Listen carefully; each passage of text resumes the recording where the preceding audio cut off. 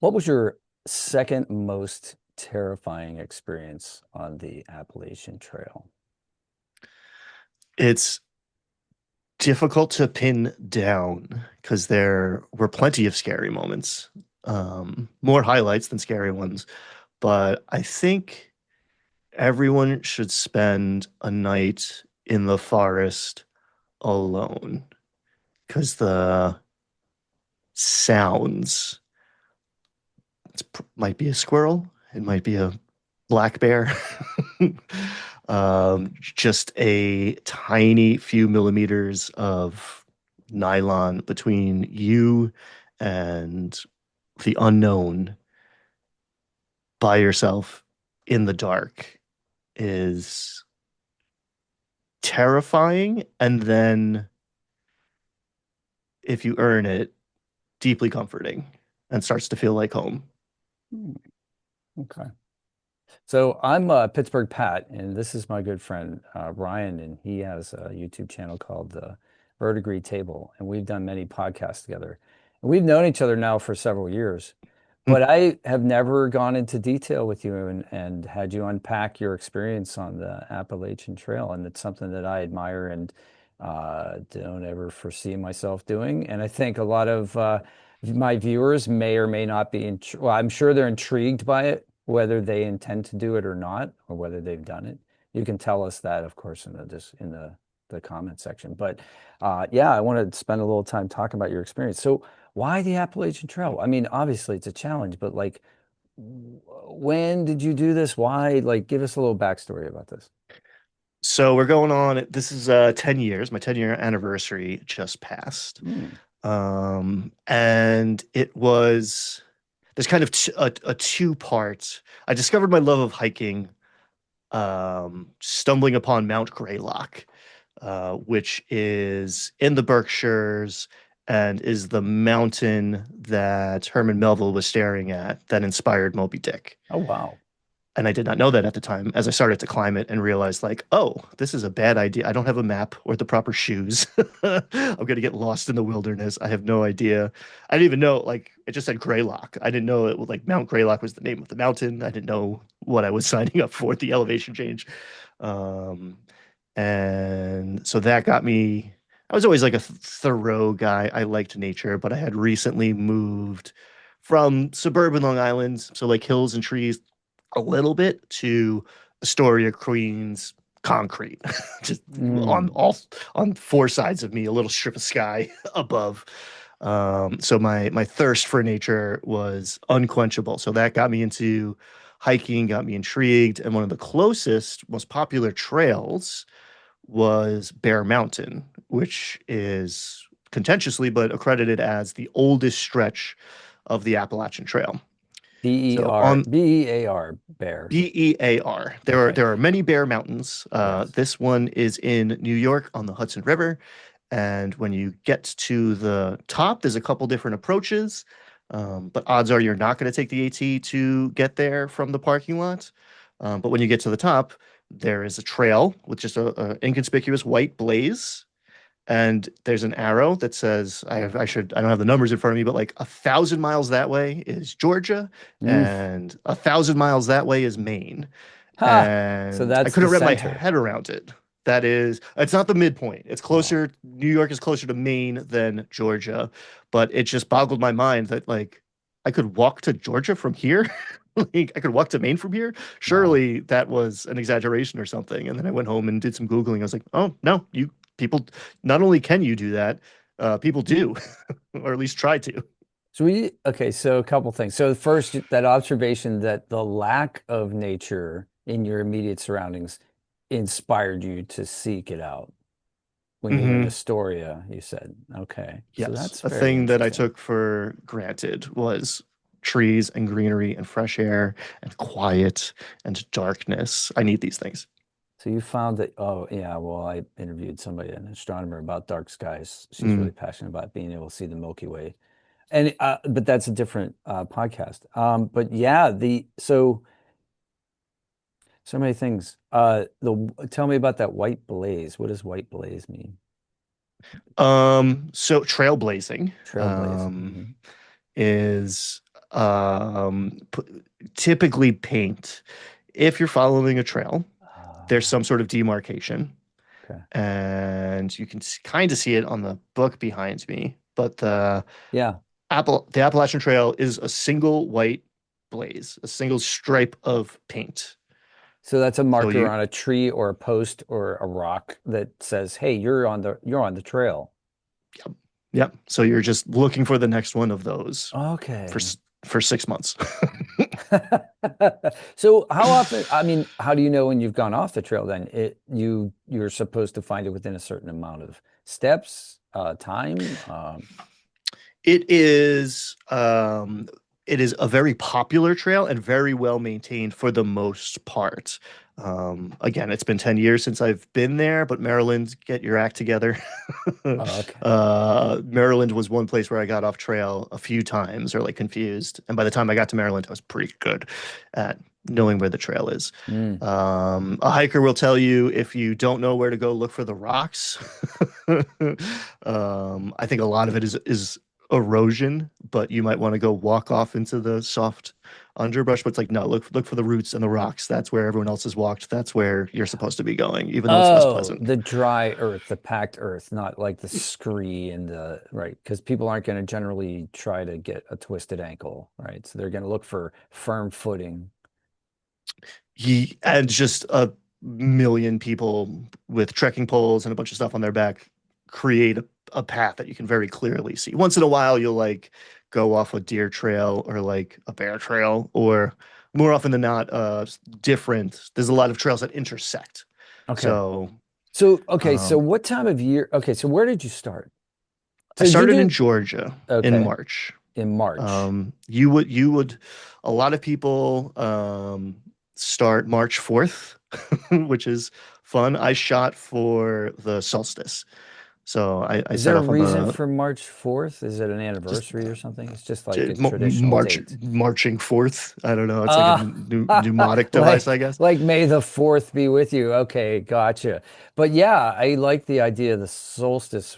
I have well, my name probably belies the fact that I have some affiliation with the Celts and the Celtic Mm.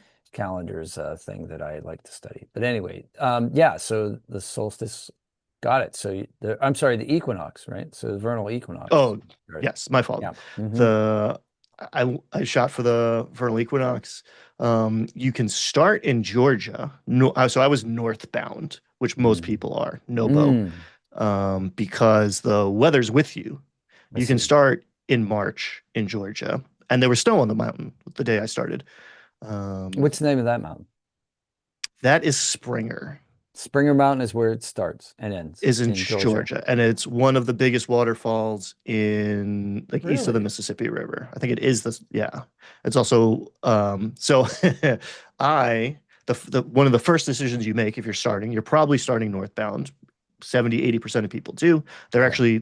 They actually encourage people not to because everybody does, and God, it's quite crowded. I But there is see. an approach trail. The the Appalachian Trail starts and ends at the peak of a mountain. It's Springer Mountain in the south, and it's Mount Katahdin, which is the thing that the mythical mountain you're thinking about the whole time Katahdin. Mm, up in Maine. okay. And I did the approach trail. I felt like it was cheating to get driven up to the top of the mountain to start. It seemed like what's another 8 miles when I'm signing up for 2,100 plus miles. Wow. So I started at the bottom of Springer Mountain and spent a day climbing to the top, which was beautiful and an ordeal, and let me know exactly where Where what you're I was coming signing from. up for. Wow. Yeah. So once you're on the ridge line though, like I mean obviously there's going to be ups and downs, but like it's like you got to get up there first, right?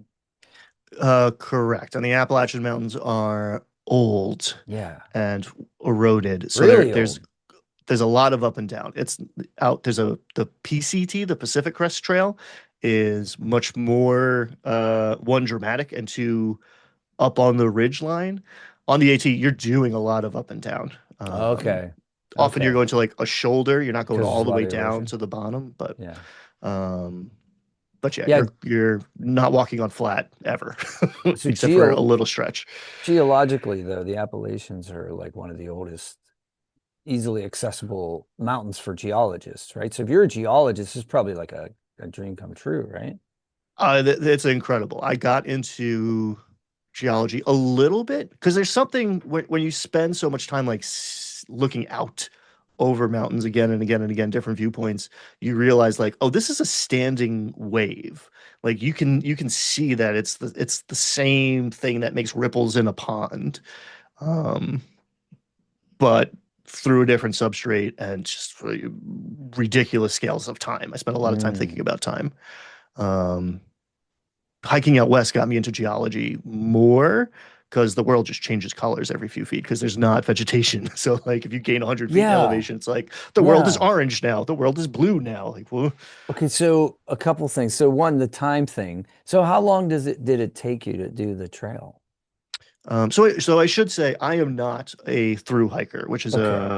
which is a consideration that only people who have done the AT even worry about. Every time I say this, people correct me or say it doesn't matter, but it does.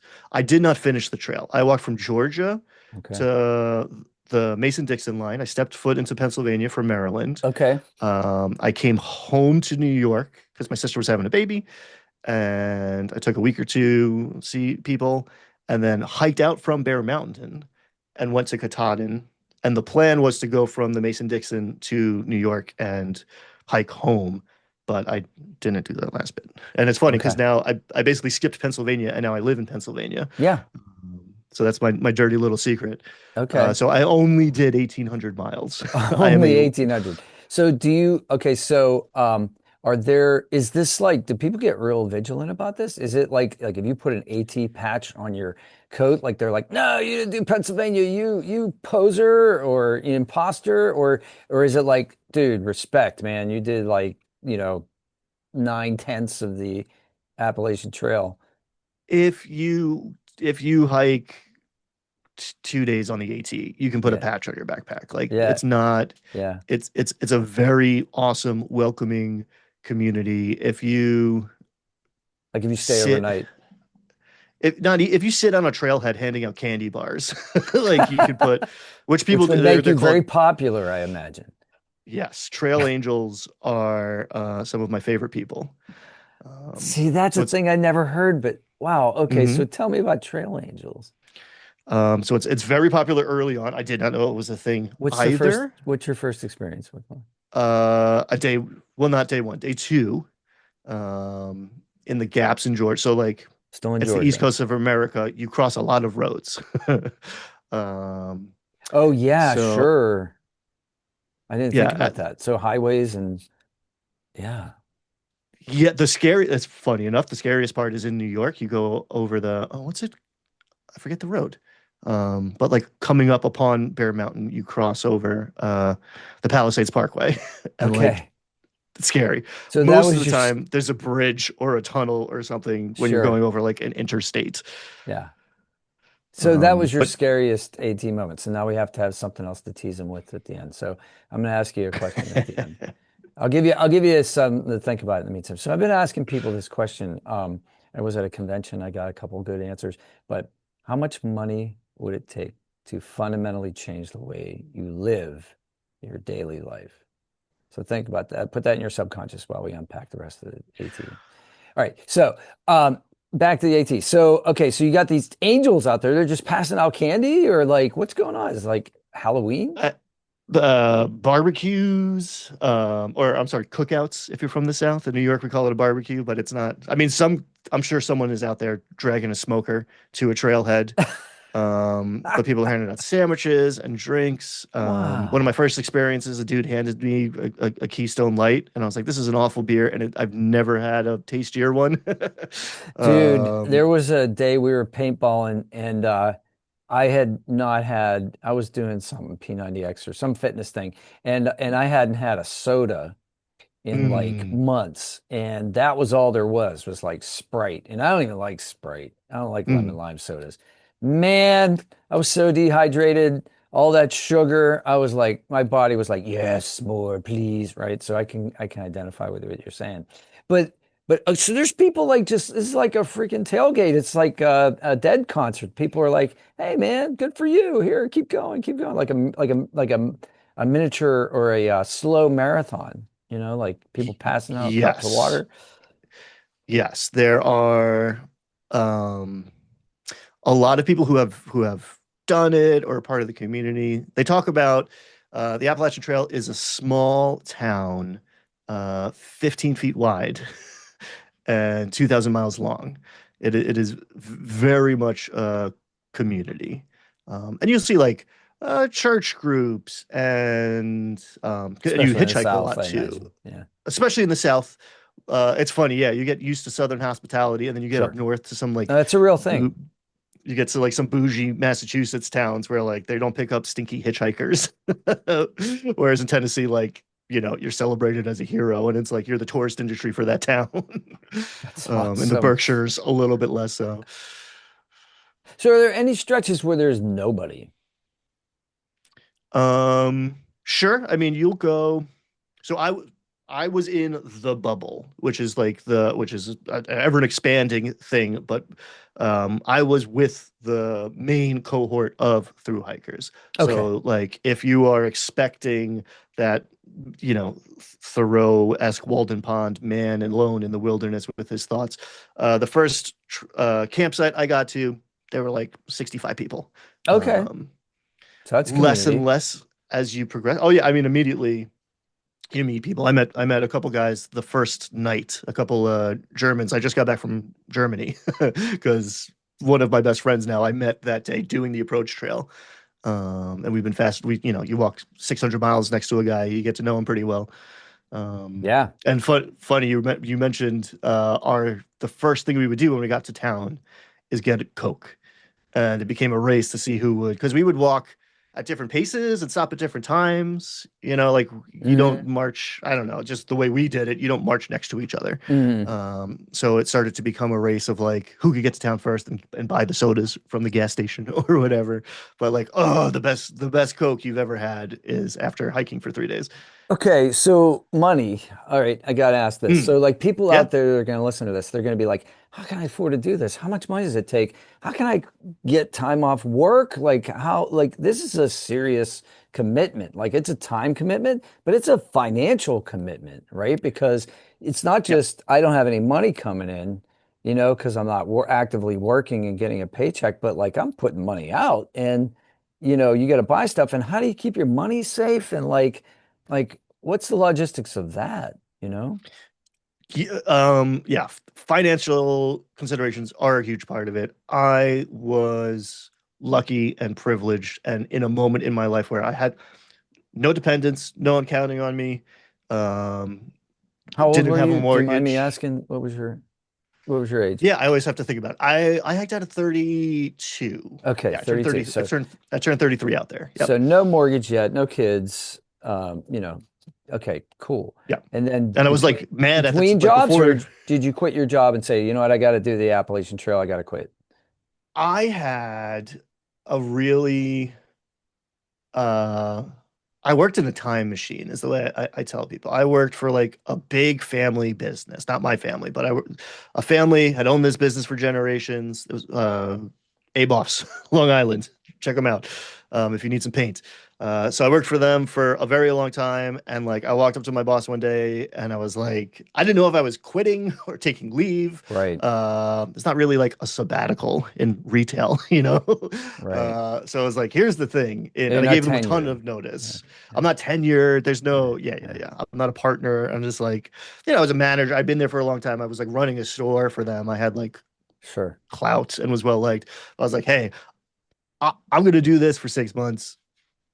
I think I'm coming back, but I don't really know. I Right. might get eaten by a bear. Well, I the might, experience might change you. And we exactly. want to talk about So, that for sure. But so I quit my job okay, and prepared to and put everything in storage, which was like $100 and something a month there 10 you years go. ago, but That's an in New expense.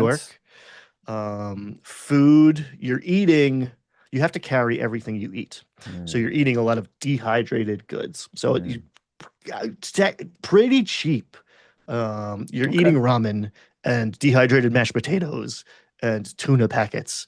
And Protein and I carbs. ate so many goddamn bars. Yeah. And I Yeah. could have done a better job. If I did it today, I would do a better job with my nutrition. I lost a Tell ton me, of weight. well, It's let's talk about it. So, like, I yeah. mean, I'm looking at stuff like um, convenience foods, right? So, like, I've got a thing that I'm going to be doing on Sundays. It's going to take 5 to 6 hours, and I'm not going to have a lot of time to go out to a restaurant or order pizza or something. So, I Mhm. need to know this kind of stuff. So, in a microwave, but like, tell me, like, so a day, let's talk about food comfort, food safety, food confidence. What were you confident when you left in the morning with a backpack? How much stuff did you have to have?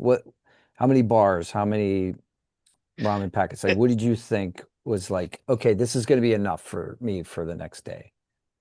it depends how many days Okay, until I got so it back was to multiple civilization. days. Okay. Yeah.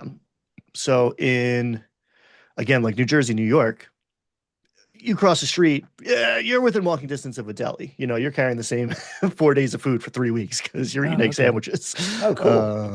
Yeah. Oh, great. So great. Love New York. The you get better and better. So I essentially I carried, well, I started to carry less and less because you carry it. You're Right. weighing ounces. People are cutting the back off of their toothbrush.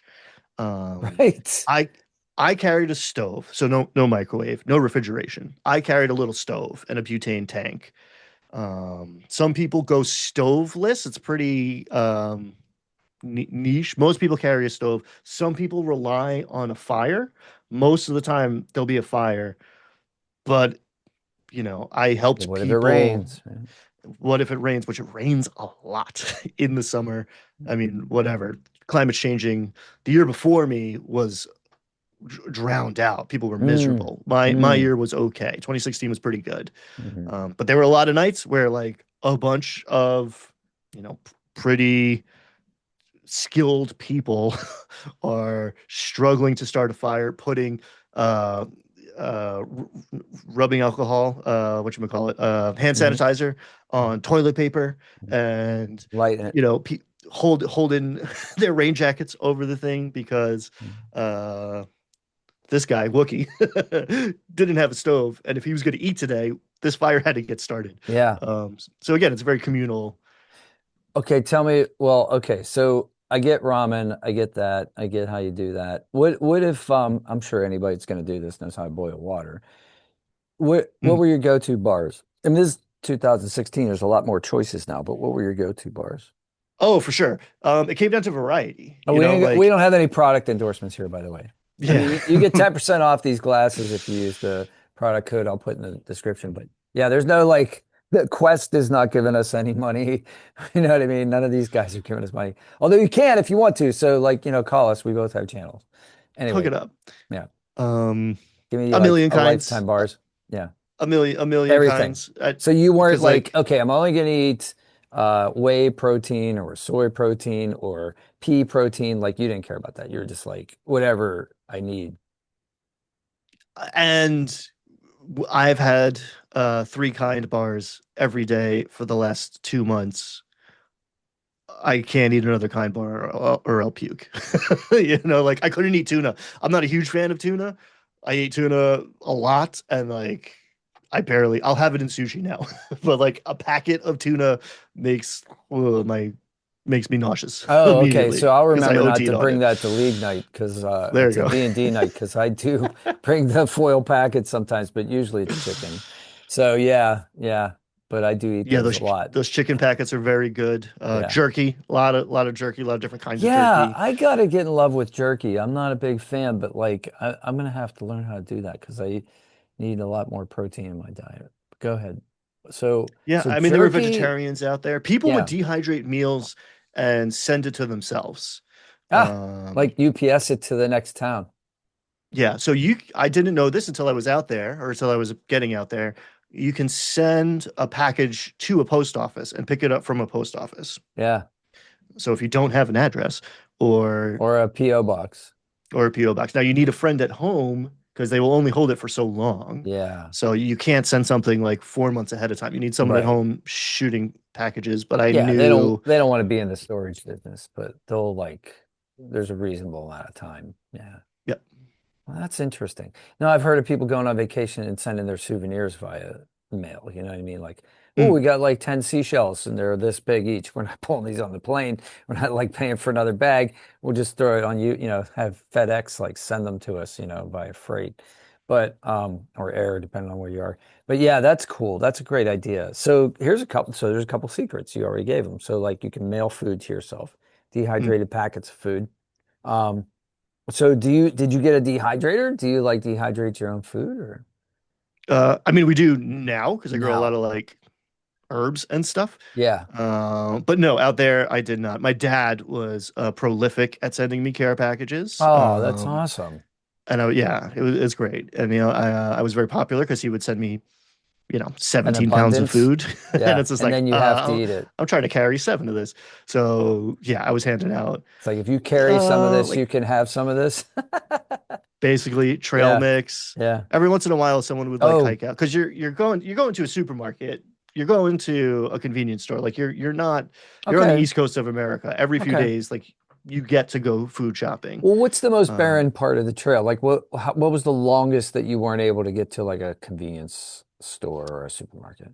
um, actually, at the top. So, before you get to Katahdin, the last stretch or second to last stretch in In Maine Maine. is Okay. the 100-mile wilderness, and it's 100 miles without roads. It's like And forest roads if and there's an how emergency or how something. far do you like generally, what's your median like walk per day? Like 10, 20 miles? T 20 once you get your trail legs is Okay. a good estimate. Starting out, you're doing less. Your body slowly becomes a machine for crushing miles. Like all you do is walk every day, you get better at it. Hmm. Um, Definitely. it's interesting. A lot of people, so southbounds, some people start at Katahdin because they can't start earlier in the year. They can only hike in the summer, whatever. The seasons are a big thing. You can finish in Georgia much later than you Yeah. can in Katahdin. And so you start much later in Maine because you don't want to start in Maine in March because it's going to be freezing cold. You can't get to the top. People have. You have to convince the rangers to let you Yeah, because get they up don't want there to in the come in snow and pull because you out of the wilderness and you're they don't want you frozen. sliding off the They don't mountain. want to call Yeah, your mom and tell them they found you in a solid block of frozen ice. exactly, exactly. But some people start from Katahdin, and it's much tougher because, I mean, one, you can't get dropped off at the top of Katahdin the way you can at Springer. Not that I did, but No most people helicopter do. rides to the top? Not, I mean, maybe a helicopter ride off the top, which is going to be quite expensive for you. Circling back to financial, the thing that Yeah. I paid the most money on Yeah. was health insurance. That was Oh, I so you were covering your own health insurance because you didn't have a job. I went on Cobra, which was Yeah. maybe a mistake. Oh, that's I was gonna expensive. go. I was gonna go without. Obamacare had just hit, but you could like pay. It was like it's cheaper to pay the fine than to have health insurance. Um, Right. But then you don't have health but insurance. then you don't have health insurance, and again, I was doing the most dangerous thing I'd ever done. Right. Probably, You I live a definitely want fairly tame life. I don't. to. Oh, I you don't walk past rattlesnakes in my day to so day. so you think is this the most adventurous thing you've ever done by far Um, or I would no? I would say so. It depends how you classify like psychedelics, maybe in my wayward Oh youth. no, no, I meant like But physically yes. adventurous. Yeah. Sorry. Oh God, absolutely, I'm absolutely. not talking about other realms. Yeah. That's a I'm happy to, different but it's a different podcast. podcast. Yeah. Well, that's a different podcast. So yeah, but okay, cool, cool. Well, that's good. Well, that's interesting. It's good to know. Well, all right, here's the $1 million question or the several $1,000 question. Did you add it up? Do you think you have a good estimate of how much in 2016 dollars this little escapade cost you, not counting lost wages, just the out-of-pocket expense? Not counting lost wages. Close to 10 grand because I did it stupid Okay. and went on Cobra. $6,000 of that was health insurance, Okay, so and 4,000 on the trail, 6,000 in insurance. yeah, and that includes gear, right? So like I bought Oh, a lot of expensive lighter weight. I bought an yeah. Osprey backpack that's 65 liters that like is compartmentalized. I could take the top off when the winter stuff went away. I bought, a down sleeping bag that could handle negative 20 degrees, but was also Ooh, I bet that was very nice. lightweight. It was great. It stank at the end. Tried to get it clean, couldn't recover it. Yeah, yeah, a lot of gear. A tent that didn't weigh a lot. So like you're not just going, I mean, people do, but you go to Okay. Walmart, you buy the $100 tent, it weighs 4 times as much Yeah. as the, much more expensive tent from REI or whatever. So is it titanium? Is that the metal that like Yeah, that maybe you prefer aluminum. instead of steel? Aluminum? Yeah, okay. Oh, for sure, for sure. And you're Yeah. not hiking out with those old school like 70s like steel frame backpacks. Yeah. They have Um, like the filament wires, like the carbon fiber kind of and thing. like super sophisticated like padding system. Like you're holding as much weight as you can So you don't on your have shoulders and big your raw hips. marks here. Yeah. Yeah, and you still maybe do. But So, okay, water. Oh, wait, so I mm, didn't get the number though. So like if you already had the gear, I'm just trying to figure out food, like on the trail. What's that? A couple grand? yeah, I mean you could do it cheaper. I ate Okay. out a lot in every hmm opportunity because you have the hiker hunger after a few weeks, like Oh, you're probably burning calories like crazy. insane, insane. You walk 20 miles a day, you're gonna burn a lot of calories. What do You you walk think in 20 your miles a day up and down mountains, you're yeah, burning a ton of calories a day. So you in get to the the small elements, town. Mhm. shaking, just Oh, shivering. Like I've heard of yep. like Antarctic like scientists, not even people that go outside, but they're just in McMurdo Station in the summer and they have like Hershey bars on the table in the commissary all the time because people are doing like 5,000 calories just doing like looking through like microscopes and telescopes, hmm like not hmm doing any real physical activity. So imagine if you're like a workout machine. Now you're probably, I don't know if you're doubling that, but what do you think you burned? What do you think you went through a day? Do you have I any mean, hard to idea? say. No I mean, idea. I was trying to put like again, if I were to do it today, I'd do a better job on the nutritional side. I was trying to pack in like 3,000 a day Yeah. and like make up the difference in towns. Um, Mm. I have a blog and eventually I was like, this is the a tour of of a small southern town cheeseburgers. Like Yeah. it's just not thinking about food so much. You get into Okay, town, you so eat like two so pints you're of ice cream, a milkshake, and a cheeseburger. It's like, all right, I just had 10,000 calories. That's bad. well, that's interesting. So you cheeseburger was your go-to? You go to a diner, give Oh, me a for sure. cheeseburger. Okay.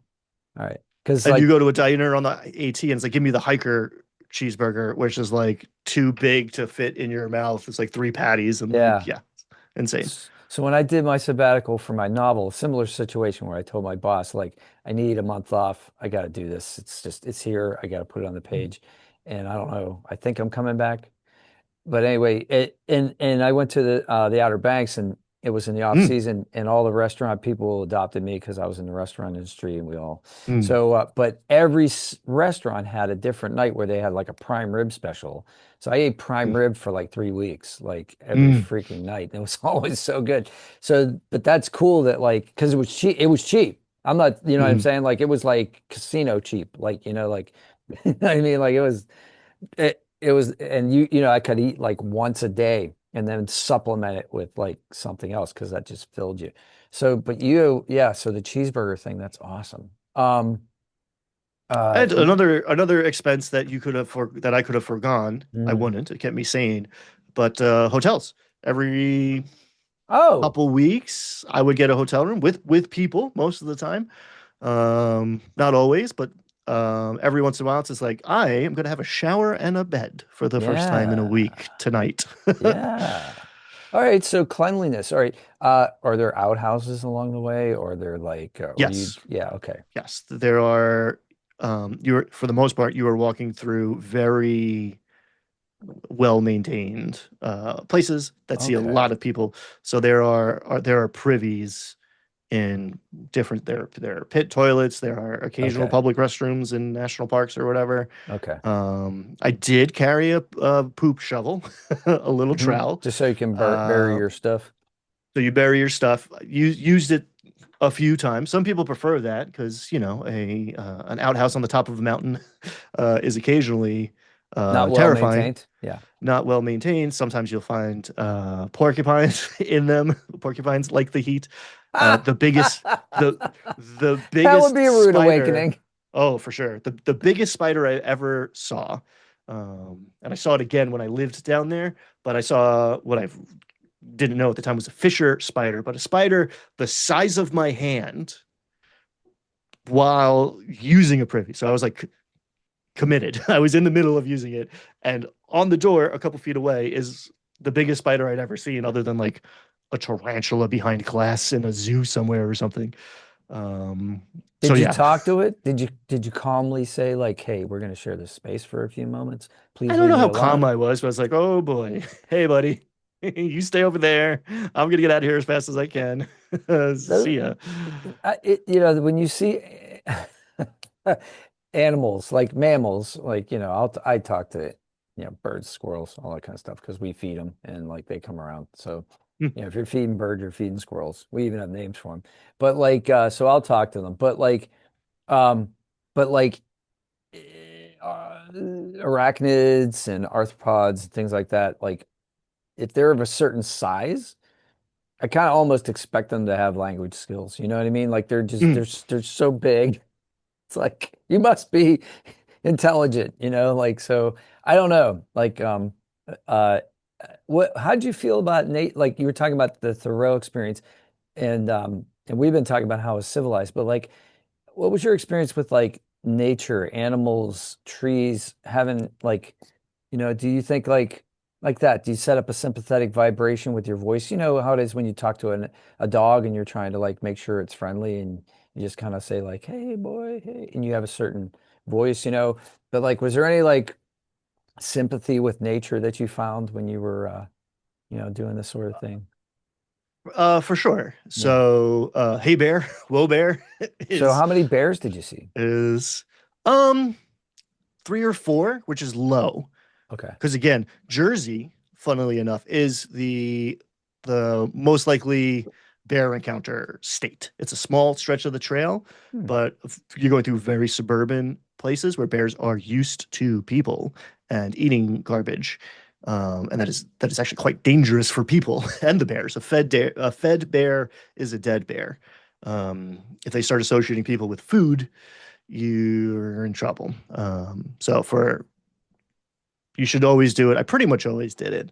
I never really slept with food in my tent unless it was a real bad situation, like once or twice in like a thunderstorm or something. But you hang your food. You do a bear hang. You tie a rock to a rope. You throw it over a tree branch. It's got to be 15 feet up and 5 feet off.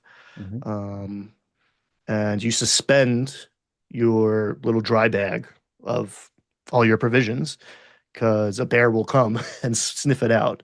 So the A bear dog will can go and eat that, but not you, is what the thing is, right? So, correct, okay. correct, and So then you just they'll like come into out your of tent luck in the and middle you're of the just night. like, okay, I got to hike back to like get some food somewhere.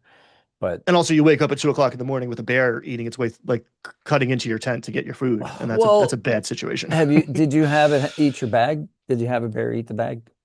No, no, because I was good. I was good. The leading cause of injury is trying to throw a rock over a tree with a rope. There's quite a few times where like you snag it and it comes right back at you. Like it's a skill you develop over time Physics. that you don't use in your everyday life. What? Sometimes you're doing it in the dark. Sometimes you're doing it Mm, in the rain.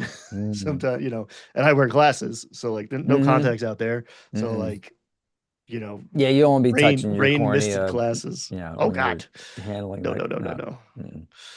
Um, God, I mean, I'm sure that's somebody out there's doing it, but well. so Yeah, let's black not bear's the talk big about one. corn. Yeah, we could talk about contact lens crises in yeah, that's a whole podcast too. All right, so the water.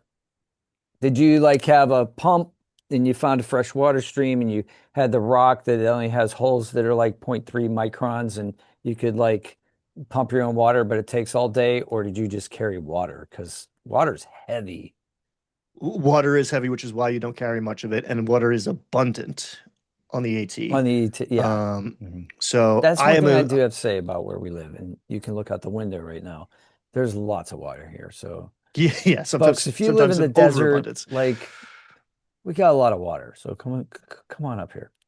Anyway, No, go ahead. stay where you are.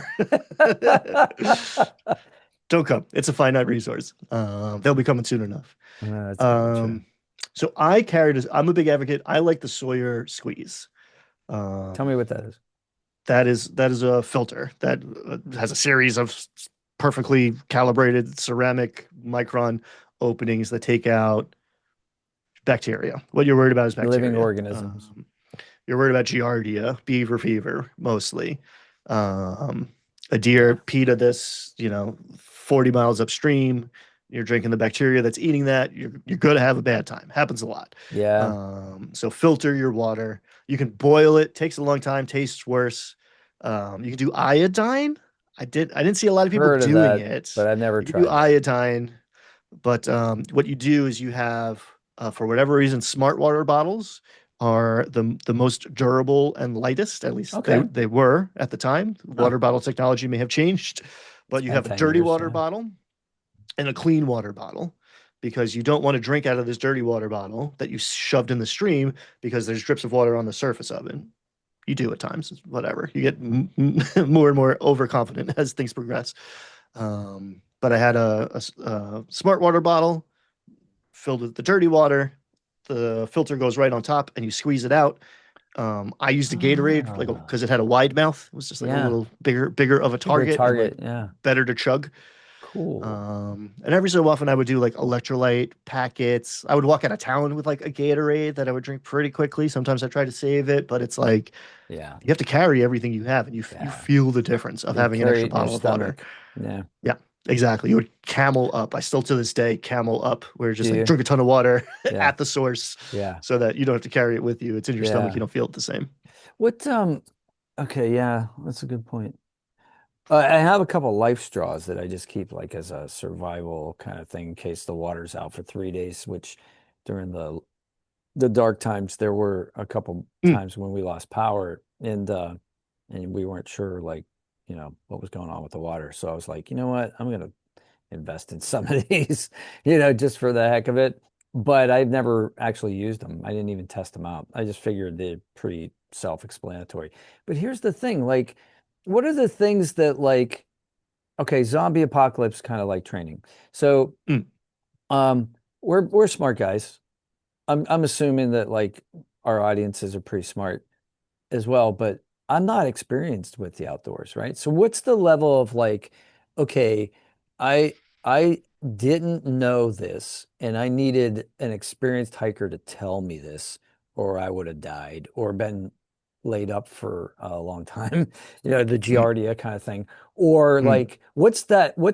Like, what are the secrets that like I could not learn on my own. Like I couldn't just like learn how to fish tomorrow. Like I need like mm. training, right? Or learn how to skin a rabbit or something like that. Not that I'm saying that that's what you did.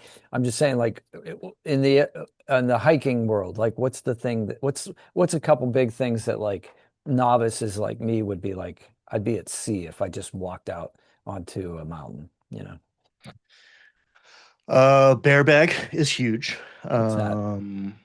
Hanging the The bear, food, oh, hanging the food. not sleeping with your food Did in you bear have a country. deterrent? Did you have bear spray, like pepper spray? Too No. heavy. People did. Okay. I mean, there were people who like hiked out with guns and like they They're didn't get far. heavy. They're heavy and completely unnecessary. And you're also going through like Yeah, I was out, jurisdictions, right? Like yeah, there's no I way was you'd out have there to be with a like federal officer, and even then that's hard for feds. I had a conversation with there's a lot of veterans out there. Um, Sure. the yeah, what was his name? Anyway, he was military police, so he had like Yeah. more than your average concealed Clearance. carry permit or whatever. And he's like, I would never carry a gun here because you're going through national parks, you're going through state parks, you're crossing a bunch of state lines. It's a whole, and also it's heavy and stupid. You don't need one. Yeah. Um, you don't need a big knife. It's not a real survivory sort of situation. Like I bought food from the grocery store. Well, I that's a wasn't catching fish and trapping yeah. squirrels. Well, that's a good point. I mean, like my Swiss Army knife, I just liked it because it was one of the few ones you could get in black at the time. So I have like a Mm, black champion. That thing's heavy. So mm. did you carry a knife just for convenience sake, like for opening things and such? Yeah, I had a little multi-tool, Okay, and I so like a wrapped. Leatherman tool or something like that? It's less than that. I actually I Oh, sent like that home, because you're shipping stuff. So it's funny, the new person who's like not going to go far has way Mm. too much shit. Mm. It's actually it's very much a process of learning what you don't need, taking That's all of your right. possessions, putting them in storage, not looking at them for 6 months. You know, anyone who's moved knows that there's Well, like a culling process in the beginning.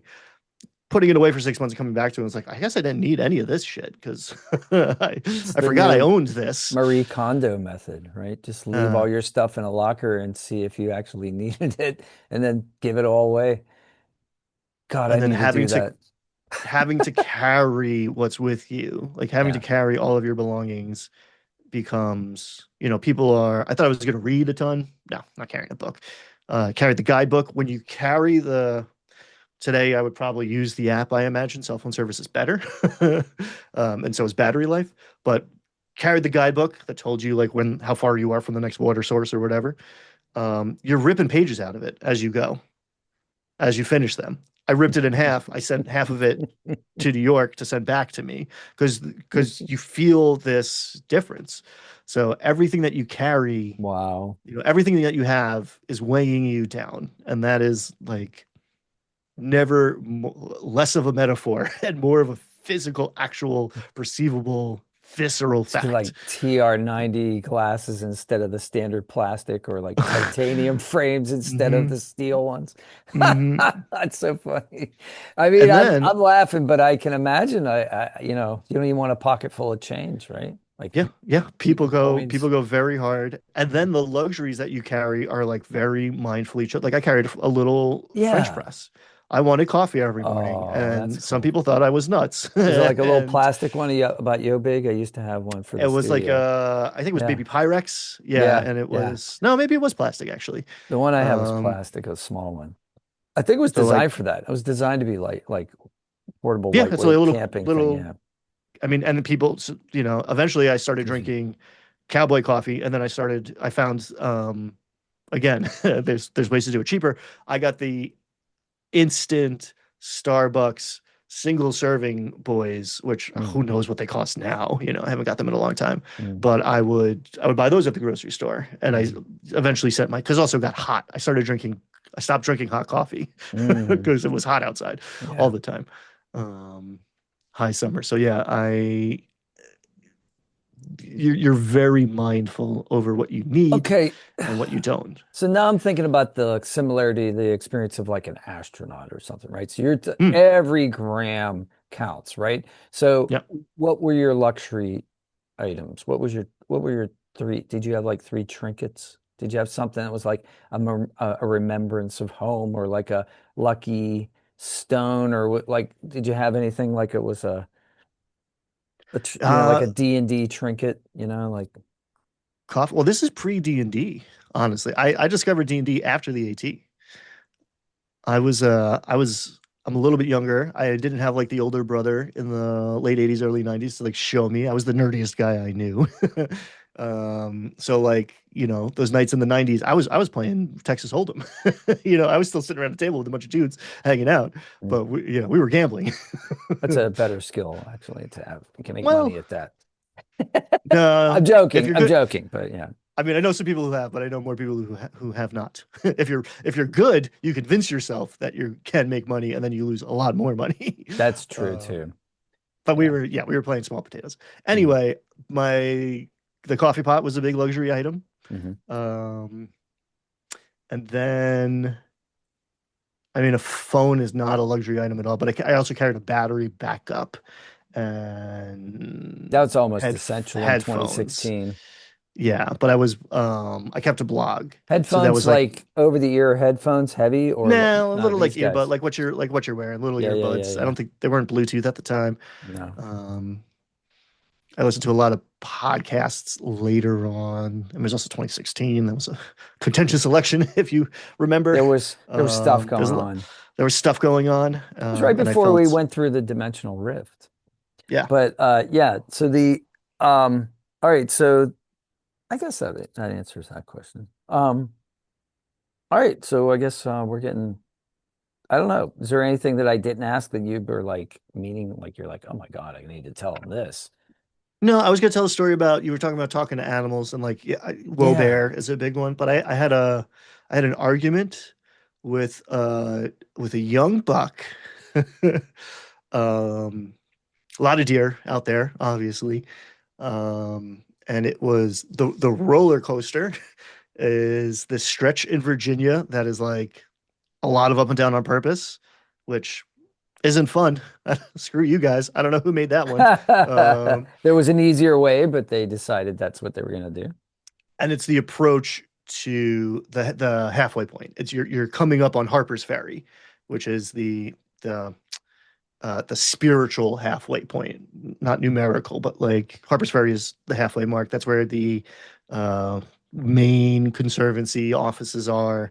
Cool little town that's also a national park. I mean, absolutely Um, gorgeous terrain.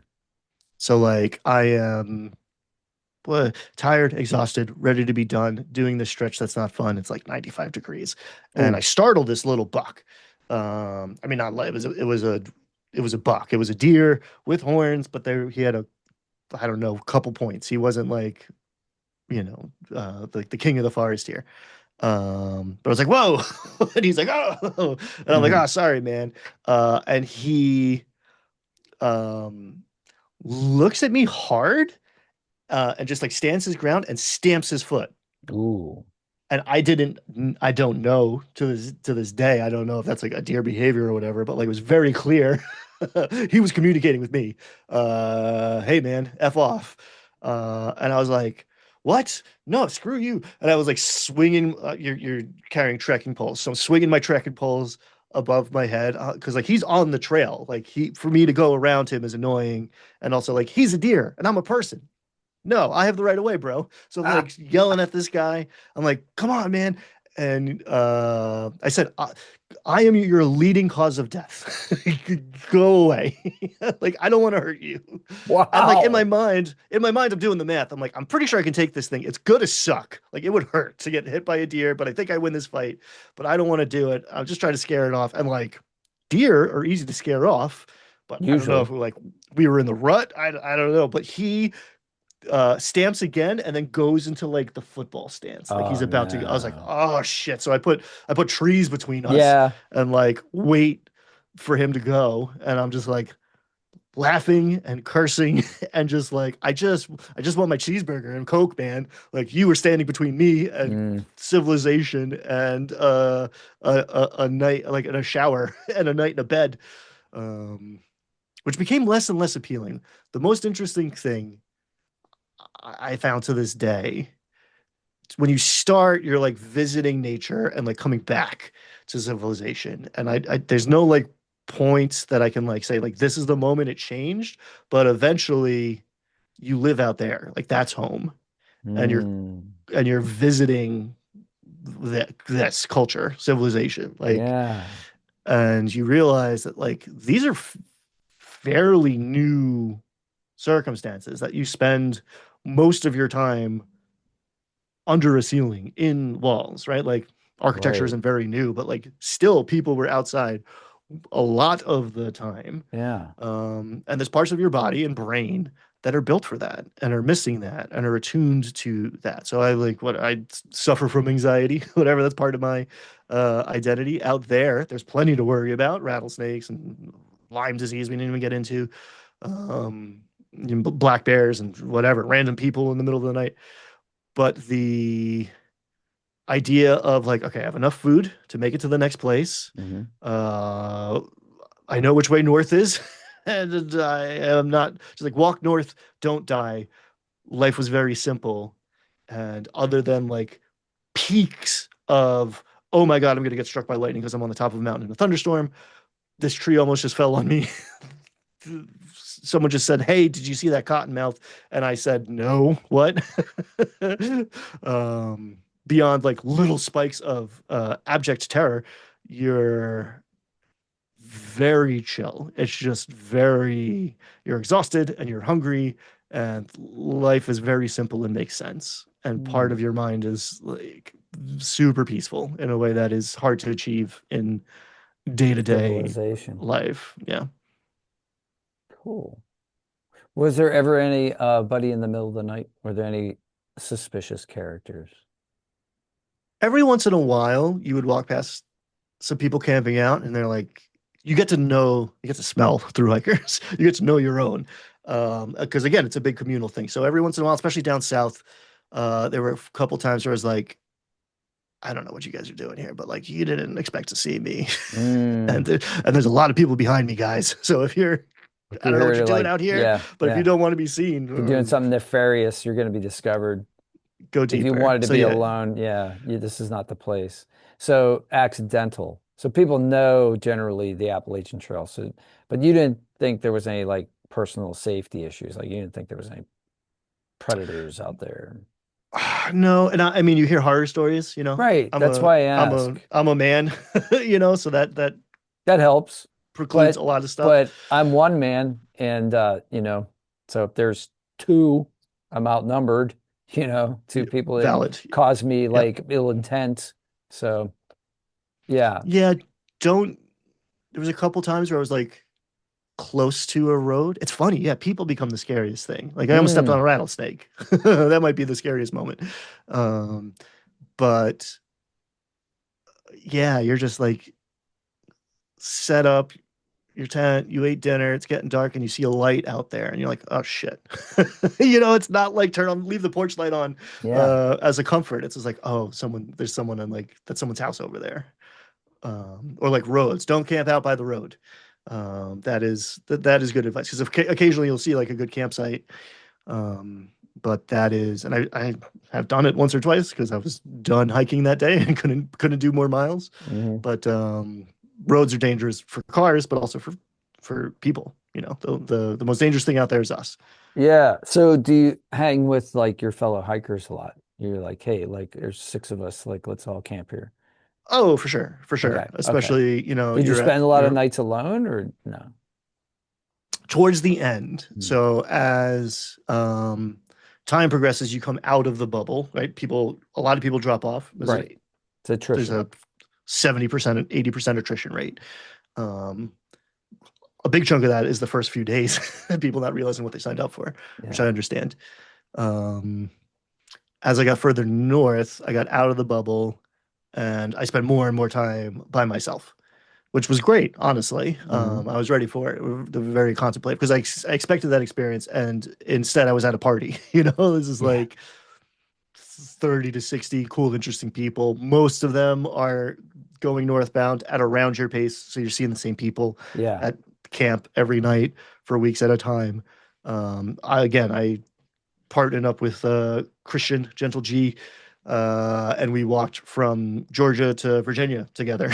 So we spent a lot of time together. So I was pretty much never by myself, you know, for an extended stretch of time.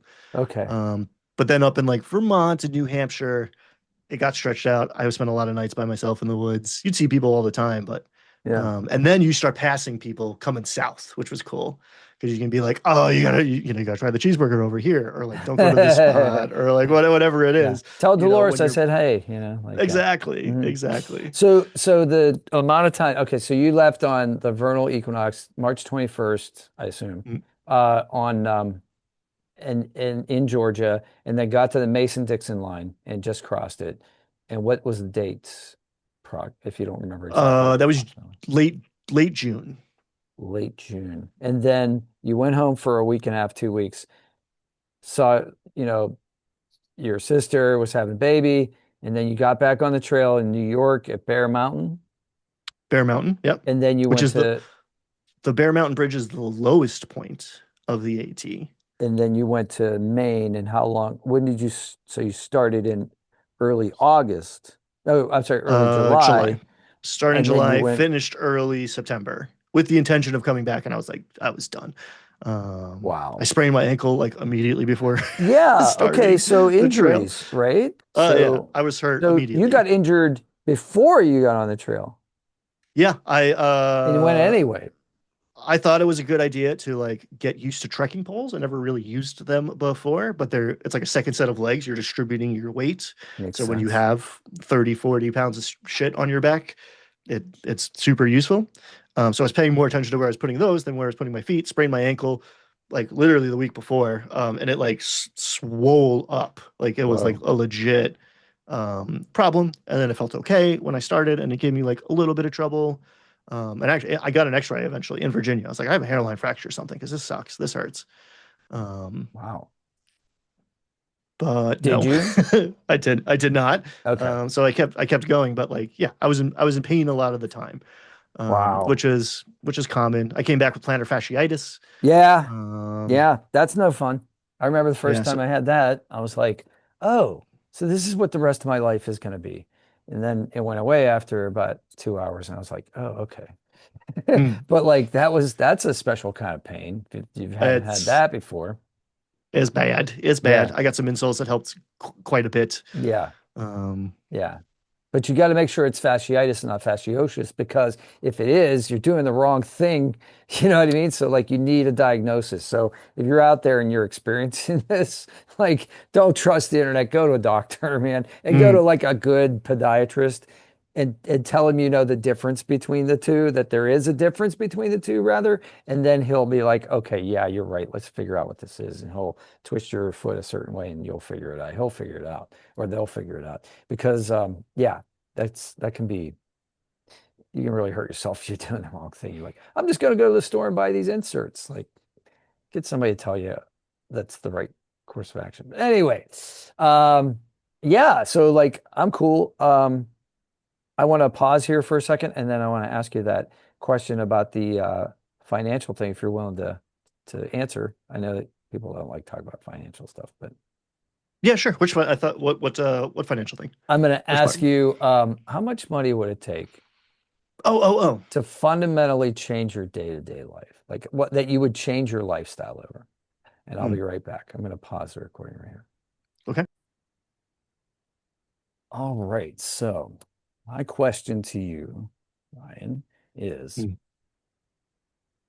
a lump sum. If somebody gave you a certain amount of money or suddenly it showed up in your bank account, how much money would fundamentally change the way you live your day-to-day life?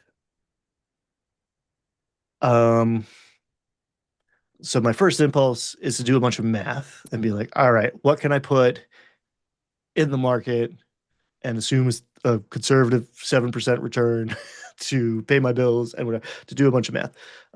But because of the AT, I think the answer is a lot less than most people think. Or the question needs to be reframed, right? Because if you have a someone hands you $1 million and you buy 6 cars and a bigger house and someone to clean that bigger house for you because you didn't think about that part of having the bigger house. Um, all of that stuff becomes your baseline pretty quickly, I think. We can't get away from the richest people in the world in our news feeds, and those guys are miserable. So, having done the AT, I spent 10 grand. I could have done it. More than half of that was because the health insurance industry in this place is insane. I also spent fairly extravagantly by through hiker standards. People spent a lot more money than me. People spent a lot less money than me. I was smoking cigarettes at the time. I was rolling my own, which is quite cheap, but still, I could have spent a lot less time in hotels. I could have spent a lot less on cheeseburgers and milkshakes. There's work for stay programs, so I could have got out there for $400 or $500 a month. 10 years of inflation to that number, okay, but $3,000 $4,000 funded an experience that fundamentally changed my life. I was like deeply happy and deeply alive and halfway to homeless, right? And like, not to be glib about that, it was all by choice, and I had a safety net under me the whole time. But I lived outside. I showered once a week. I ate ramen, and it was great. And I think that describes, some people had a college experience similar to that. They were probably inside. um, and again, not to make light of someone who's living in their car because they have no other options or whatever. People who have people depending on them don't have the luxury of doing what I did. But it taught me it takes a lot less. And maybe there's too many things. Maybe you're not missing something. Maybe there's crap in the way. Maybe you're overburdened by a bunch of heavy shit that you're carrying around that you don't actually need. And people might look at you funny if you don't buy into the idea that we all need these things all of the time. But going much more basic can make you much happier. And if you haven't sat on a couch for 2 weeks and you sit on it, you take a shower and then sit on the couch, like, oh man, this is amazing. You appreciate that experience so much more than, I sit on a couch every day now, and I don't think very much of it. So there is something about the minimalism and even the deprivation, but also getting back to simplicity and nature. And that shit's free. That's a great conclusion to the Appalachian Trail uh, podcast that we just did. So now I'm going to ask you a question, Ryan. Mm, Deeply personal question.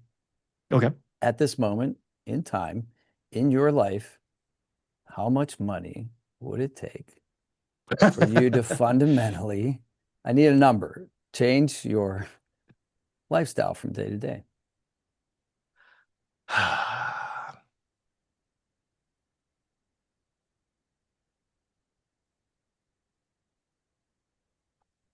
A lot, I guess. Again, I am privileged and lucky. Whatever. I work hard. My wife works hard. We're about to have a kid, guys. Um, which, hey, internet exclusive. Congratulations. I Um, wasn't going to thank bring that you. up. So that's going to change things. That's going to change the math. Yeah. Pretty hard. Yeah. But Big time. yeah, I again am not. I mean, yeah, if someone handed me $1 million, like, I don't know, maybe I'd buy a vacation home or something. I paid off my mortgage. I'd have a lot less bills. I wouldn't be, you know, going through my credit card before I paid it. That's fair. Well, that's fair. Um, These are all excellent considerations. I've heard answers along these lines. yeah. I don't want So to there is, influence you. That's why I'm not talking too much, but yeah, yeah, yeah. I don't know. Money isn't everything. If you don't have enough, money is everything. right. If you have enough, there's this hedonistic treadmill that I spent a long time. Again, I'm from New York. It's a very expensive and a very flashy place. I could be making a lot more money and wearing more expensive t-shirts or something. I would be wearing a $100 t-shirt instead of a thrifted t-shirt. But there's other things I am more focused on. So like you want to send me $1 million, no strings attached? Like, yeah, okay, I'm down. I'm not gonna say no. I'll take it. Would it change my day to day? By somewhat. I Okay. would buy a new car. I'm holding Oh, on to my car just to oh, see how long it lasts. okay. No, no, no. I But mean, that's legit. Okay. But it but would there's take $1 there's million for you to buy a new car? No. uh no, not a million, Right. but if I had a million, I would definitely buy one. But there's Yeah. something about my car. When I bought it, they were like, how long do you want this thing to last? I was like, I don't know, like 10 years maybe. And they laughed at me. And I was, Mhm. I was like, you guys are trying to sell me this thing. You're telling me it's not going to last a decade? This piece of shit's not going to go 10 years? He's like, no, no, no. But they were car guys. They were trying to get me into a 3-year lease and get a new one and whatever. Um, I bought that car before I did the AT. This car is more than 10 years old. This car is closer to 15 years old. And it's a beat up Honda Civic. And if someone hits it with a shopping cart in the parking lot, I'm like, oh, whatever. Like there's freedom in that. It gets great mileage. I know it and love it. It's not breaking down. It gets me where I gotta go. So we could My talk wife has a new cars. car that's safe. I have very I'm not similar the ex I have a very yeah, I'm similar not experience with my car. It's about as old as yours. It's not even a toy. It's made by Toyota, but it's no longer, it's a Scion. And ah, it runs. It's fun to drive. It's a stick shift. It's already damaged. So if somebody scrapes the paint, like, it's not a big deal. I got stickers all over it because I let the kids decorate it at the summer camp I was at. I got a very similar experience with the cars. but you're not answering my question, man. So like, I know it's a hard question. That's why I'm asking it. But like like, I don't want to lead you. That's the only problem, I guess. But I guess I'll have to lead you. Like, here's what Okay. I'm asking. Here's what I'm Yeah. asking. Yeah. You have your house. You have a kid on the way. Mhm. You know, uh, what's the next thing? What would be the thing that would change everything? Not having to work, or not having your wife have to work, or both of you, or either of you, just being able to like raise your kid, travel more, um, move out of state, have two houses, have 5 vacations a year instead of three. I don't know. Like I'm asking. Like I'm just curious for myself because I'm trying to figure out this question. Well, man, I think it's again, I have learned I can get away with very little and be happy and potentially happier. Um, when my wife and I got married, Mhm. instead of spending, a few grand on an all-inclusive week at some Caribbean island, we threw everything in storage. We drove around a Nissan Versa, right? So not like a schoolie conversion. We weren't living that van life. We were driving a little hatchback, um, all around the country for 6 months. It might be the smallest hatchback that was available at the time.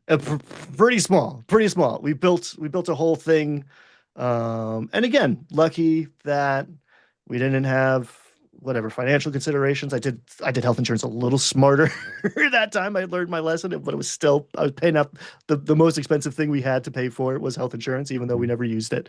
Mhm. Um, That's my biggest expense right now. but I could throw it all. Yeah, so health insurance is a problem I'm in paying out of America. pocket at the moment, and It's it hurts. it's monstrous. It's crazy So expensive.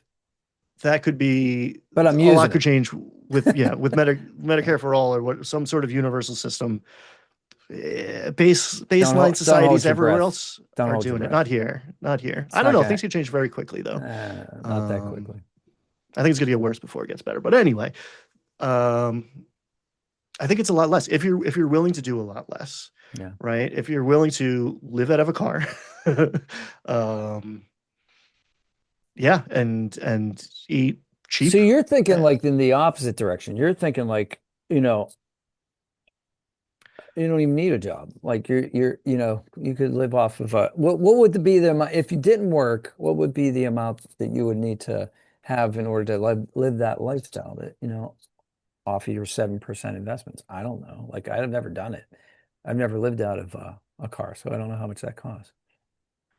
well, I mean, it's relatively inexpensive compared to a mortgage payment and Mm-hmm. everything else, Mm-hmm. right? Like, and again, it depends how you do it. You can drive around in the 15-year-old paid off POS that you have Yeah. and spend $150 on, wood and make a platform so you can stick a mattress in there. Um, or you could pay someone $200,000 to convert a mini school bus for you, or buy an RV or whatever. But there's two parts to the equation, and Mm-hmm. we're always focused on more because of where we live and when we live. But the other side is costs. Like what you if you live in a $1 million house, that's a $10 million house, right? You live on this grand estate, or you live in $100,000 house with a national park out your backyard. Those are very different. Those are very different numbers for maybe not that much of a different experience. Maybe a very different experience. Maybe this is just naivete that I haven't had Well, a ton of like, maybe. I mean, I've been around rich people.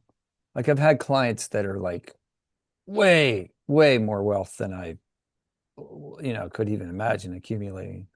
Um, yeah, I did and paint and interior design yeah, so you met a lot of really, on the Gold Coast of Long Island, where Great Gatsby's from. That's where I yeah, I I sold those people furnishings and helped them carry stuff into their houses and stuff. yeah. So So they're I've seen buying it.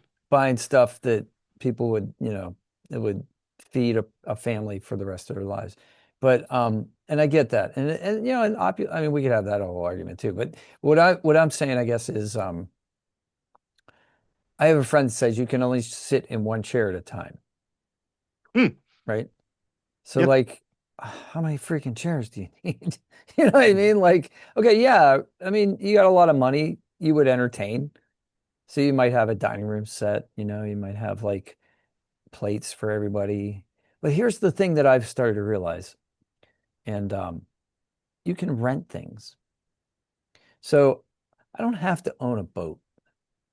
Hmm. You can rent a boat. You can Yep. rent a captain of a boat to you want to go fishing? There's somebody out there that's got a boat that rents it to take you fishing. I want to ride a horse. I can't afford a horse. I called up, I went on Google the other day and I said, "Hey, babe, when's the last time you rode a horse?" She said, "I was a little kid." I said, "I want to ride a horse before the summer's over." And I Hmm. found a place and we're going to go ride a horse for an hour. That's probably all I need. You know, if I need to do more than that, I'll figure out a way to do more than that. But you know what I mean? Like, do I need a Porsche? There's Turo. I can like download Turo and I can say, I want a Porsche for a day. And here's 150 bucks. And I got a Porsche for a day. Do I need it every day? It's not even reliable transportation. And if it is, and if somebody dents it, oh my God, like that's going to disrupt my entire life for like a week and a half or 2 weeks until the body shop's able to fix it. You know what I mean? I park on the street. Like I can't, that's not sustainable. Like, like there's certain luxuries that are available and I don't have to pay the full cost, right? If I want the experience, I can pay for the experience for the hour or two. Yeah, and I mean, again, I'm built different than I'm a weird dude in some measures, and I'm an introvert, and a You minimalist would in have some fooled ways, me. but like, You're an introvert. um, This guy's got so many countless watch hours on his channel, and he's an introvert. Anyway, you well, do a it good cost job me. of faking it. I enjoy people, but it costs me energy, you know. Oh, I see. Oh, see, I don't. I do get a buzz off of it, I but when I get stop, I'm like, energized by oh. this kind of stuff. Yeah. I get pumped in the conversation. Like I love whatever. I love this. This is great. Yeah. We always go long. I know. We're way too uh, long, actually. yeah, Yeah. yeah, yeah. But whatever. Cut it in two. I'm not done. Uh, but the Sit down. um, okay, your commute. Your to take work out of it. Your trip to the grocery store or whatever the dry cleaner, some little jaunt that you do every week, maybe multiple times a week. The difference between you doing it in your 15-year-old car and the Porsche, it's going to feel a lot different at first, and Yeah. eventually it's going to feel not that different at all. The difference that same trip on a bicycle, that same trip walking, it might feel like okay, this is an ordeal, but like you're getting endorphins and you are experiencing the It's world in a experiential. fundamentally Yeah. different way. You're That's not right. wrapped in a bubble of metal and glass and you're just like, "Oh shit, look at this flower. Yeah. Oh man, I didn't realize that they look at like this guy's front door is a crazy color." Just taking a walk, you experience the world different. You're moving your legs. It's good for you Mhm. fundamentally, physically and mentally. And you're going to be happier probably than doing the same jaunt in a Porsche. The dopamine you get driving a Porsche off the lot or at 200 miles an hour on a closed track somewhere. Okay, maybe that's like a higher spike, but Mhm. just a more fundamental, sustainable Mm. level. Take a walk. It's a good point. It's a good point. Yeah. All right. So you didn't answer my question, but that's good. But I'm we got a trying. lot I'm of not trying but to we be got a lot of evasive. I'm trying. conversation out of it. So maybe I need maybe it's me. Maybe I need to rephrase the question. I mean, But I have yeah, you had have so I've had some most people. answers.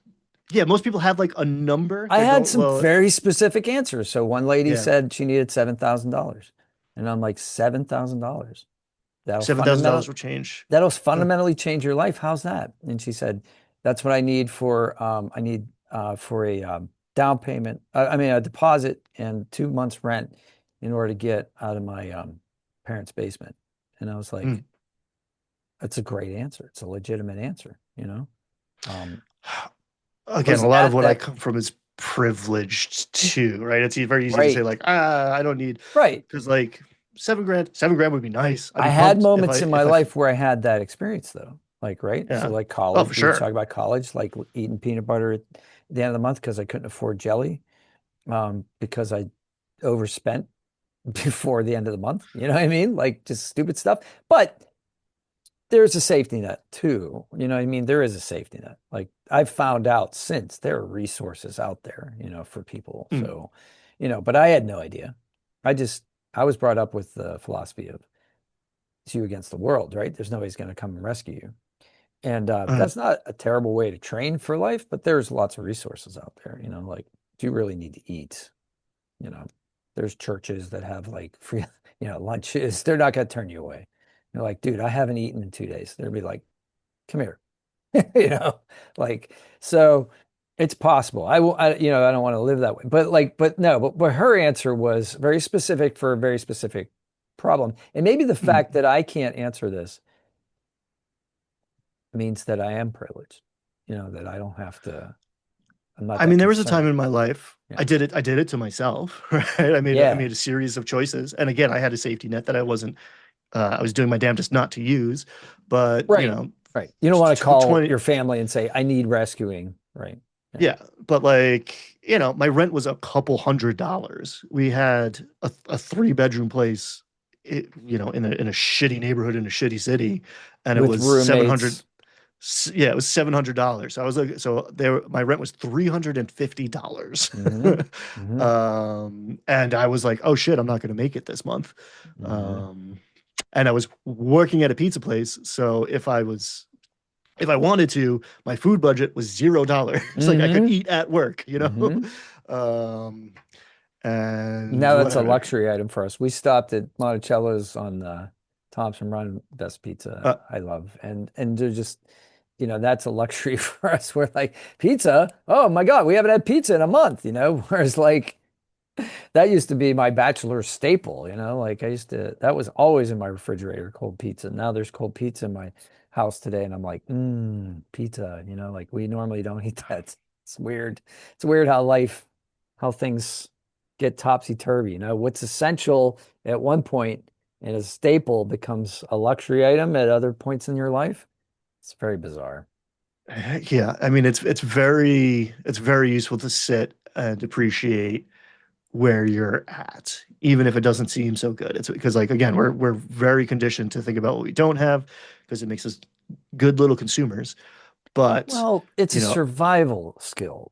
oh, Okay, for so sure. like, I mean, But it never yeah, that's anxiety when it never turns off. don't Which get again, me, maybe having yes, struggled with anxiety yes. that helps me too. No, But I like, agree. But having walk somebody north, push check, don't those, die, check. Okay, I'm surviving. Haha, I get to enjoy this. Um, having people I've never met try to push my buttons while I'm trying to enjoy a movie or something by telling me that I need something I've never heard of before, um, right? That and then trying to tap that reptilian brain. That's what advertising is, right? So mm, like, create a need and then partially fulfill it. And don't totally fulfill it, partially fulfill it, well, so that you there's that have too. to keep on doing it over and over and over again. But yeah, so anyway, I'm sorry. The yeah, but I mean, it's a real instinct though. It's like, why are people negative? Because it was the negative things in the environment that could kill us, right? So like we had to look around at the irregularities in the environment because oh, it's a predator in the grass. That doesn't look like grass. That looks like something else in the grass. That's a basic instinct. And so I understand negativity. I understand that. Being a fully self-actualized human being is overcoming that, right? Is And I is have recognizing that and then overcoming it. a theory that like I earned through experience, right? It's not armchair, but also a medical health professional might be mad at me for saying this. But I think part of it is that we do have this apparatus in our brain that is scanning for danger Mhm. that doesn't exist. And so it is broken, if you have an anxiety disorder, like Mhm. part of your mind, a significant part of your mind is watching out for that snake or that predator. Mhm. And if you go live in the forest for a couple days and trigger that mechanism and spend all that juice, it drains, you get out of that situation, and you're like, cool. That monkey part or reptilian part of your brain is like, success. I did my job. I can rest now. I can relax. I have used that muscle and released all that pressure, That's and I'm cool. good for a while, right? And I think this is why some people are thrill seekers. Um, Yes. and again, but when my life when I was living with a lot less and doing things that were objectively Thrilling. more dangerous. It wasn't like thrilling. I wasn't like, like slaloming down the mountain. I was just like walking slowly, well, quicker and quicker through the woods, like very boring by some stretches, but it was the line of what like good enough was there. Like success was clearly defined and simple. This is really great. Um, Joseph Heller, Kurt Vonnegut are out in the Hamptons, so like the rich part of Long Island, where all the movie stars are now. They're at some mansion, walking in, admiring the whatever this incredible foyer vestibule thing, marble steps and whatever. Um, and very similar thing. Vonnegut, or yeah, I think I forget which way It's the conversation Vonnegut. goes. Vonnegut asks Vonnegut. Heller, like, what would you do to have like if you could have all of this, like what would you do? Like a similar question to what you're asking. Mm. Um, and he says, I have something that this guy will never have. And so what's that? Enough. And that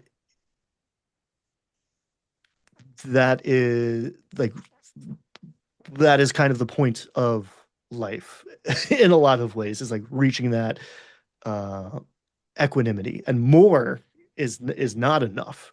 And if you're looking for more, more, more, more, more, more, more, you're never going to get to enough, because it's the hedonistic treadmill, or there's a million ways. It's the hamster wheel. It's the rat Mhm. race. If you need more, then you fundamentally are telling yourself you don't have enough. That's right. It's a scarcity mindset. Whereas if you go around, you live in that $200, or well, whatever. It's much. It got torn down. It got torn down, and now it's luxury condos Right. out there now. But like you have those like kind of bottom experiences. You're like, okay, I did this. I can do this. This is fine. I'm actually having like I can have a good time. I can enjoy myself Yes. in these. Everything on top of this is gravy. Gravy.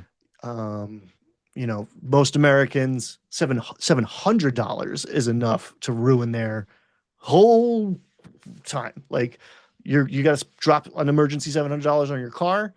You're not making rent this month. You got to cut calories. Like people are living down to the bone, and it's bad. And I'm against it. And I think our society is fundamentally structured poorly because of that. But if that isn't describing you, then you're doing pretty good. And if Mhm. that is describing you, you're still doing better than like a Most of the huge world. swath of humanity today. Yeah.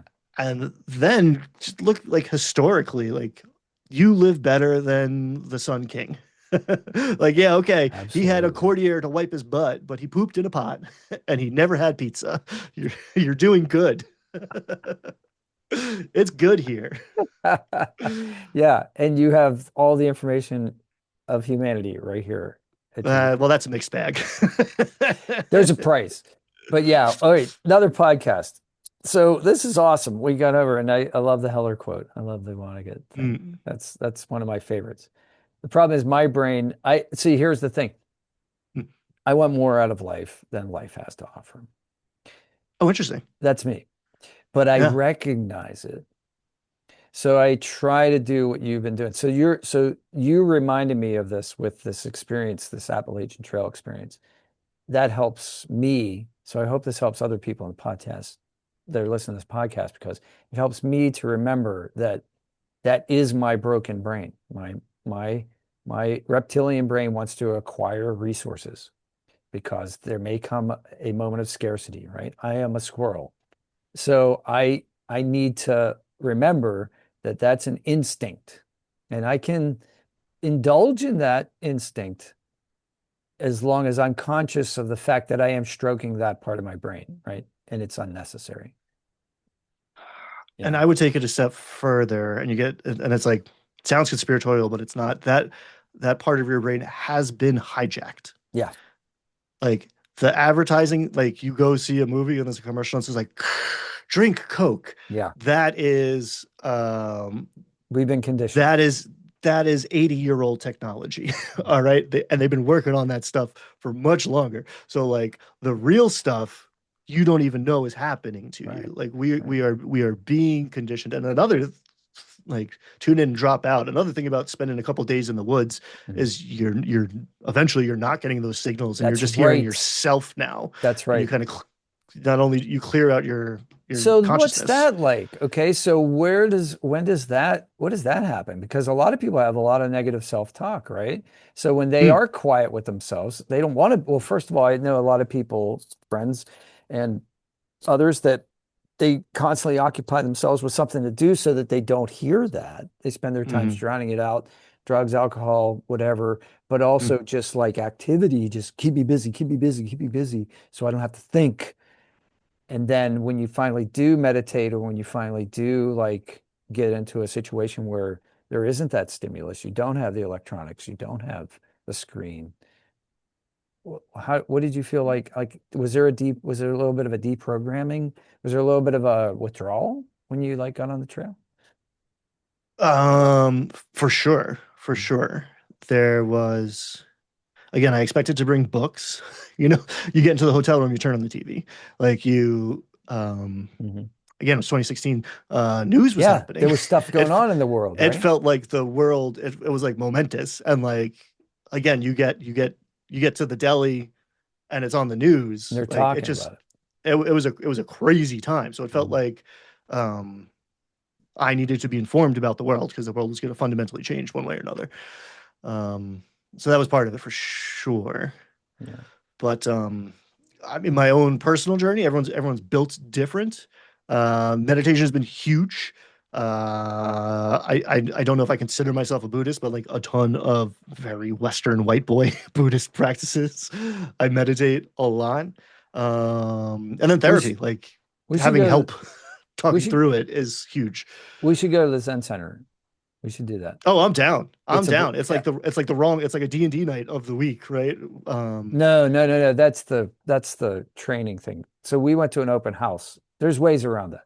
So uh we'll go, and Craig's on the board. So like, yeah, we'll I'm go. down. We'll go. And I then am we'll do a podcast about that, the Western boy experience of like what it's like to go to a Zen monastery, basically. It's not, I don't know if they call it a monastery, but anyway, a Zen center where there are monks who do the rituals. It's fascinating. They did a oh, 10-minute it's ritual when I was there, and it was amazing. But again, another podcast. So I do have to play chess at some point this afternoon. I know, first world problem. I think I'm going to have a podcast called First World Problems. Uh, but yeah, because that's pretty much all I got, which is good. It's a good place to be. But yeah, thanks for unpacking some of the experience. I know we probably just scratched the surface, probably 10%. And like, but like this is going to be helpful to people, I think. Because it was sure helpful for me. good. I'm not trying to like I'm Now sorry if I'm I'm like, starting to think I might be able to do it, well, or at what do you, least a you know, stretch of it, you know? don't start with the number. Like figure out what you need and what you want and what you think Mm, you want are all different things. yeah. So figuring out what you need, you know, food, shelter, even if you don't want the cheapest version of that. And like most of us don't, right? But like having just like resting in the knowledge for a moment that if shit hits the fan, like whatever, if you have practice camping, it's like I can go live outside for 2 weeks and like Mm, get by. Cool. I do that for vacation, you know, like some people really enjoy that experience, but yeah. even if you're just like, this is the stoic baseline, like survivable experience, I can get through this, I can do anything. Cool. I might need to do I that. have a controlled climate here. I'm Yeah. doing amazing. That is the truth. All right, my brother. I guess that's probably a good place to stop. So thank you so much for the time. And you want to say anything before we go? Plug your channel. Yeah, come check out Vertigo Table. Lots of D&D stuff. A lot of the early stuff is very exploration and travel oriented because of my interests and the gaps in D&D. There are some big things on this whiteboard. I've got uh, the herbarium, which I haven't been really talking about, but I'm making a monster manual that is just plants. I've got Ooh, this tarot based thing that I yes. was actually thinking of publishing this month, but I am now like really play testing is kind of the wrong word, but Okay. experimenting with. I'm using it to make a big ass mega dungeon, which also may be available at some point in the future. So like, hey, come hang out, learn how to play D&D, and yeah, there's some cool stuff out there now and on the way. All right. Sounds good. All right. Until the next time, everybody have fun out there. Thanks all 16,000 of you for subscribing, and we'll see you on the next one. Take care.